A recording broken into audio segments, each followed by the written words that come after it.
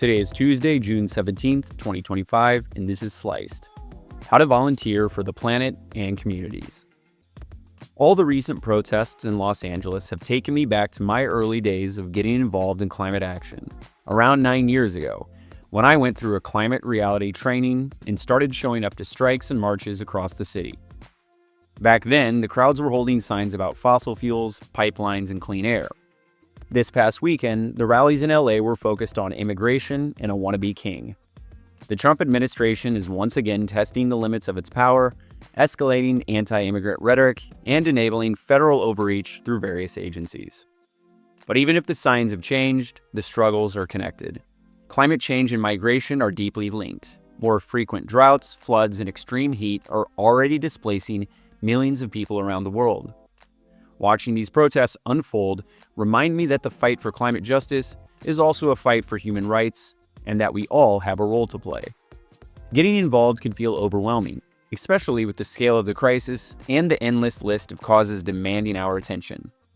But the truth is, there are more ways than ever to act, no matter where you live or how much time you have.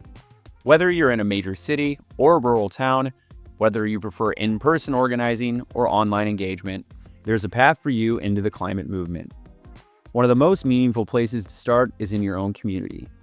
Local volunteering might mean helping with a park cleanup, planting trees, organizing a recycling drive, or joining a climate-focused neighborhood group. You could also volunteer at a community garden, host a documentary screening, or support a local wildlife nonprofit. These grassroots efforts build both resilience and connection. If you're looking for ideas, this list of simple ways to volunteer is a great place to start. At the same time, getting involved in national or global climate organizations can help scale your impact. Groups like the Climate Reality Project offer opportunities to take part in trainings, join digital campaigns, and connect with a wide network of activists around the world. It's a powerful way to feel part of something bigger and contribute to coordinated actions that push for real policy change. For those who live outside of big cities, or just prefer to take action from home, virtual volunteering has opened up a whole new set of possibilities. Platforms like climatevolunteering.com make it easy to find remote roles aligned with your skills and interests. One organization that had a big impact on me personally is the Climate Reality Project. Their training was my on-ramp into climate organizing, and they continue to offer a range of ways to get involved, from digital advocacy and campaign support to event planning and educational outreach. Their global network helps keep the momentum going long after the training ends. Two other groups doing important work are the Climate Mobilization and the Sunrise Movement. The Climate Mobilization supports local campaigns aimed at declaring climate emergencies and pushing for rapid decarbonization.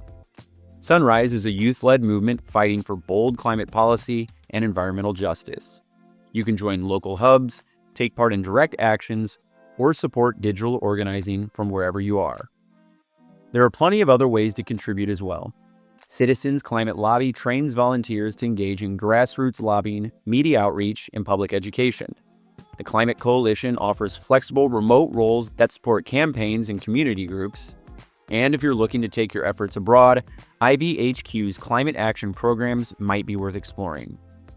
If you've been thinking about getting involved or re-involved, there's no better time.